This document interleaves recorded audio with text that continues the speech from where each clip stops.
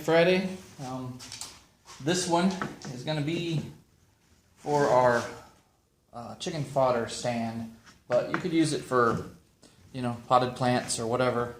The idea is we're going to have 2 here and then 2 more up here like this, and then your pots, or well, for us, our chicken fodder trays, they'll be going in at a slight angle opposite, like dominoes. And so you'll water the top one and the water will trickle down all the way to the bottom. Lots of designs out there. Some people just use wire racks. Those Home Depot, looks like a self-made rack or whatever. They put a piece of PVC to kind of lift the tray up. That would work too. These are just the $1.45 cedar pickets from Home Depot, and I figured that'd work great. Might even stain it up since you need to do the fodder inside. If it was going to be for a back porch or something, you could make it out of fancy boards if you want to. All you have to do is just modify the size in here for what you want.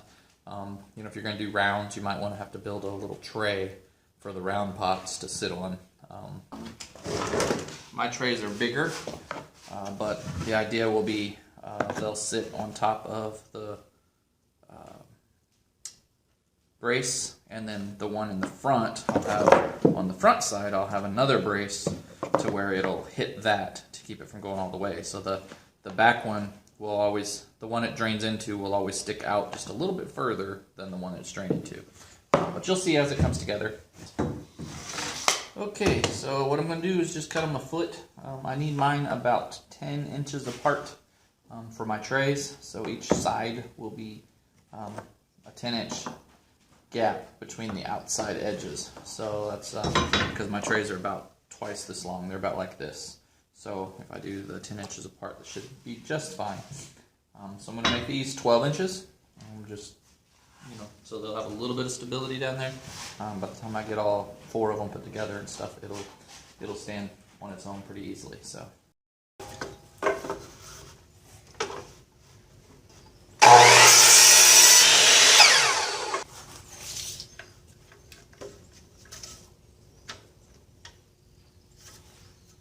And again, something doesn't have to be perfect. It's just for the bottom leg.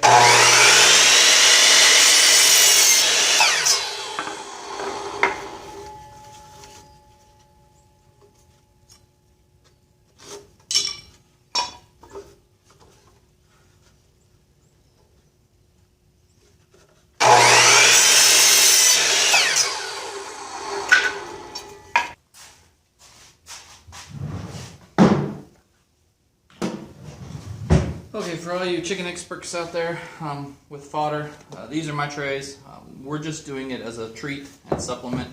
We just still give them the layer pellets. So this is really just as a treat, so that's why we have kind of small trays. I think if I could find a little bit bigger than like this would be perfect. The one thing I did notice is if you're going to buy for fodder, try to find ones that are like this, that are flat. Completely no grooves in the bottom. These grooves are actually on the bottom of it, not inside here. Like most of these that you'll find at the dollar store or wherever, they have this little recessed groove right in here. And some of the water will kind of collect in that. And that's where I noticed in my test fit, I did a couple tests to see if this was something I actually wanted to try and do every day. So some of the water would collect in this little groove. Not the best thing. So that's where, if you're going to get mold, it usually will grow right around that ring right there for these. So in the future, I'm going to try and find some that are flat, or I may make some kind of insert out of, some of that Coroplast stuff or whatever. Buy a sheet of that at Hobby Lobby or something, and just put it down in there with some holes to keep the seed all level and flat. But just a little thing to watch for is this bottom, make sure it's nice and flat so the seeds sit flush and all the water will drain out. My son's still working on the hydro track, so he's kind of got the transmission up here set up. So that'll probably be in a Monday or 2. We'll post that up there. He's trying to fix it. If you saw the hydro track video, then you'll know that we got it running great, but it just don't move. So now it's got to be something with that. Anyway, so he's got my workbench kind of, I just got it cleaned off this last weekend, and now it's all messed up again. So, but that's okay. Moving on.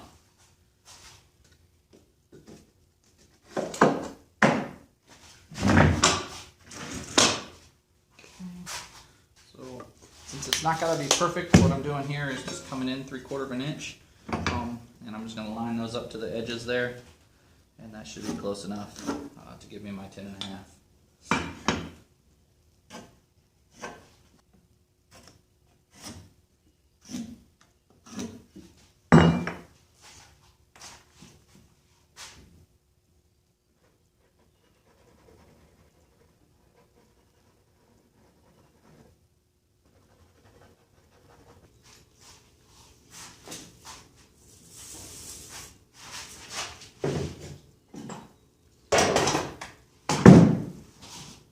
That's why you need a clean workbench.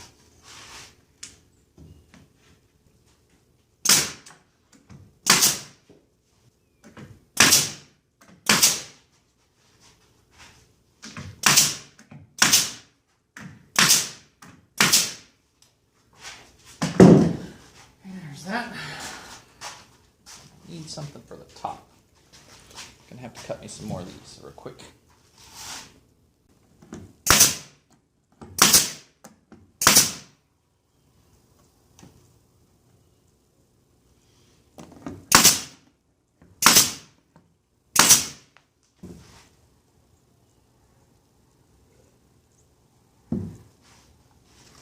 Again, I'm just coming down 4 inches just because that's the number I wanted. I don't, no reason to it or anything. Inside for me, it's all about just making it work. It'll somewhat look nice anyway. So you put a little stain on it, give it a little bit of thought, and the things will come together, and you like them. So hopefully this one will do the same, and I'll be all happy with it, and it'll work out. As long as it grows my fodder for my chickens, call it a success. As you can tell, I prefer this stuff, and my son prefers the motor. Of course, you know, that's 15-year-old for you.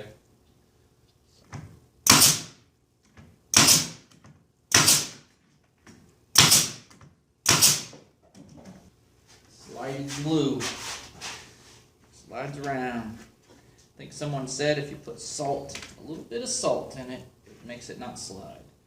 I'm not sure if that was Wood Whisperer I was watching, or I don't know.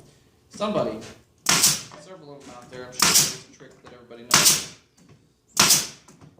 I just don't have salt, and I always forget about it when I'm out here.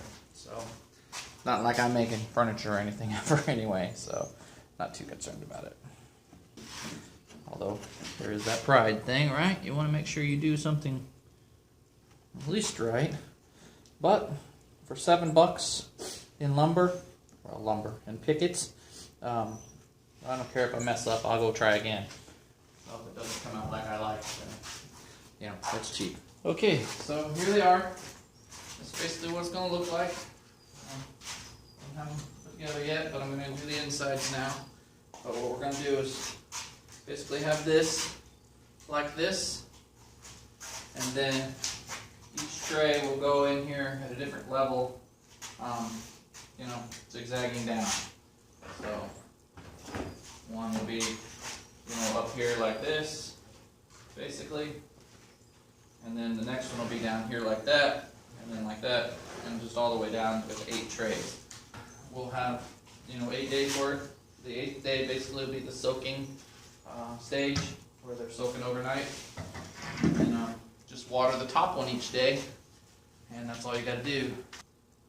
On the front side here, every other, I don't know, I'll have to figure that out. I'm gonna go do some math. Ooh, great. Okay, so I came in and I didn't do math, I drew it on here.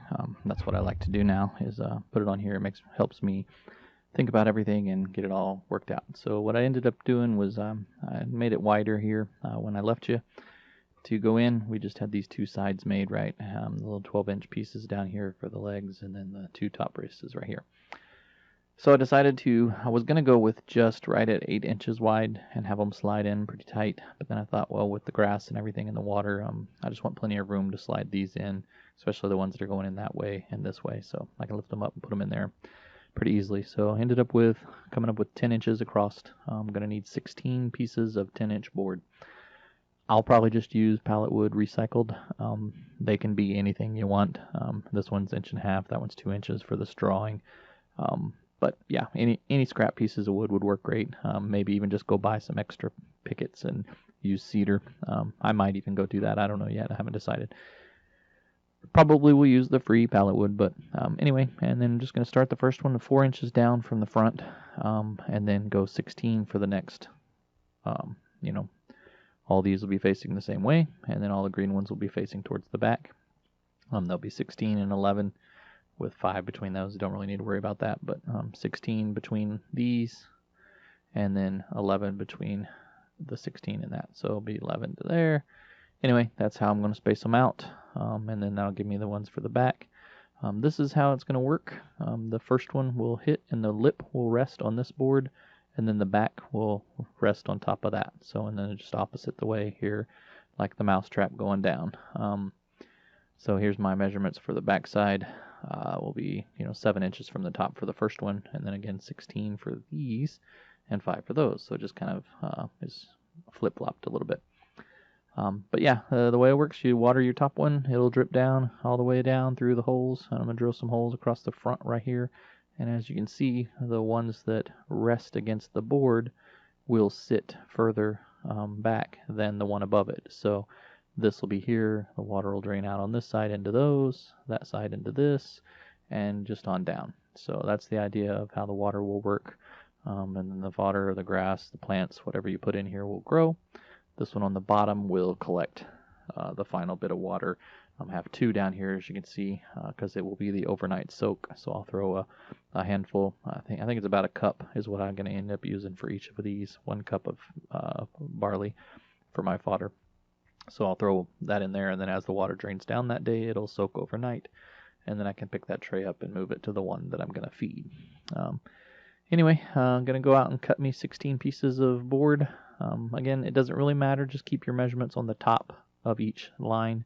That way when your trays fit, if you have a 3-inch board, it'll be fine. Just don't go over 5 inches or you won't be able to fit it on here, right?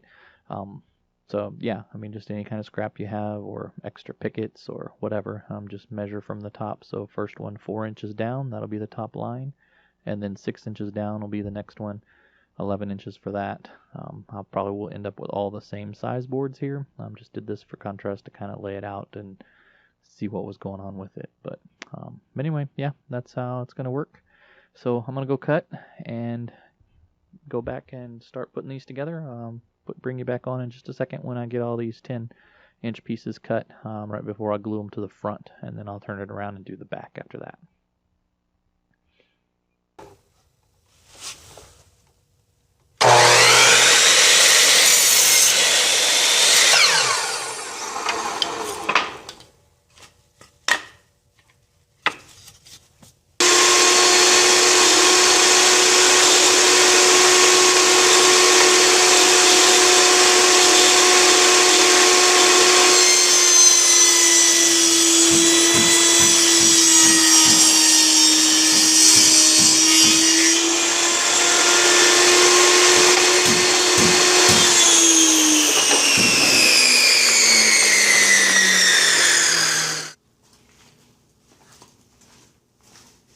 Okay, well, not sure what happened with the camera, but this is how far I got. These are all of the ones that are starting 4 inches and then 16 inches down, and then on the back side starting 7 inches, 16 inches down. So it's just the one direction of them done. So it'll rest on the top one over here, and then rest on that back one like I showed you in the SketchUp. So these are all the ones that are going to face this direction. And then now we got to go back in and add the ones that are 11 inches from here on each side, and then that will be the ones that'll go like this. So, and they'll stick out. They should stick out about right there, so the water will drain into this one, and then out the front, and then down. So. Well, you knew it was coming because you said how many times that you should go in there and print that thing off? Yeah. So that's the whole point. I designed it inside so I could visualize it, because you can't just visualize this. No, not that. It's too many turns. So you're gonna have to get more pickets. Yeah, I'm gonna do something here. So you only had to buy 5 of them, right? Yeah. Well, that's pretty cheap. What, $15? $1.45 each for these thin ones. Oh, really? Yeah. Oh. Yep. That's what that guy said. He said always fire perpendicular. You need to say that in your video. So this is 7. So it's going to be 7, and then 5, and then 11. So this one needs to come out. Which I got glue that's probably already starting to stick. My nice greasy hammers.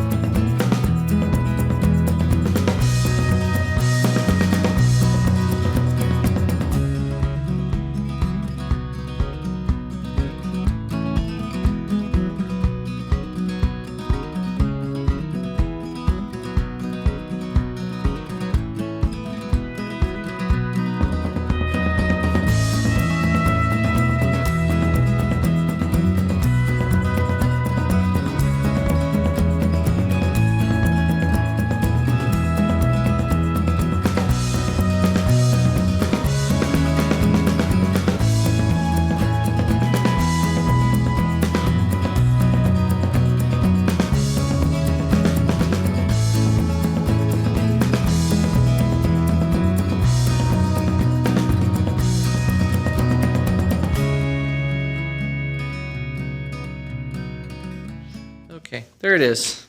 I have 1, 2, 3, 4, 5, 6, 7. My 8th one is inside, and then of course the 9 will sit on the floor to catch all the water. That should give me 8 days of fodder. Again, you can adjust the size, do what you want to, put plants or whatever. Some people grow this barley for health food or whatever. Anyway, that's my idea for it's going to be for my chickens and my rabbits. Be putting some in there. My son can take that out and feed them, and hopefully they'll like it. Seems to be kind of the craze. They all like that stuff, and it worked out pretty well. Again, I'm glad I did it in SketchUp because I knew what I wanted, but I couldn't just draw it out. So. Not a very good artist, and putting it on paper or in Excel, you probably could do it as well. But just something like this, I have to draw out, and anyway, it helps me think about it. And there we go. So that's how it's gonna work. I'll just come in here and grab the one off the bottom, and whichever one I'm not gonna worry about rotating them every time. Just whichever one's grown, I'll move it out, take it for the feed, put the new one up there, and that way it'll keep a rotation, and then I'll water it at the same time. That way it soaks the new batch that'll be on the bottom down here. And that's about it. All I got left to do is drill the holes in these and soak my first batch of barley. Hope you enjoy. Catch you in the next video.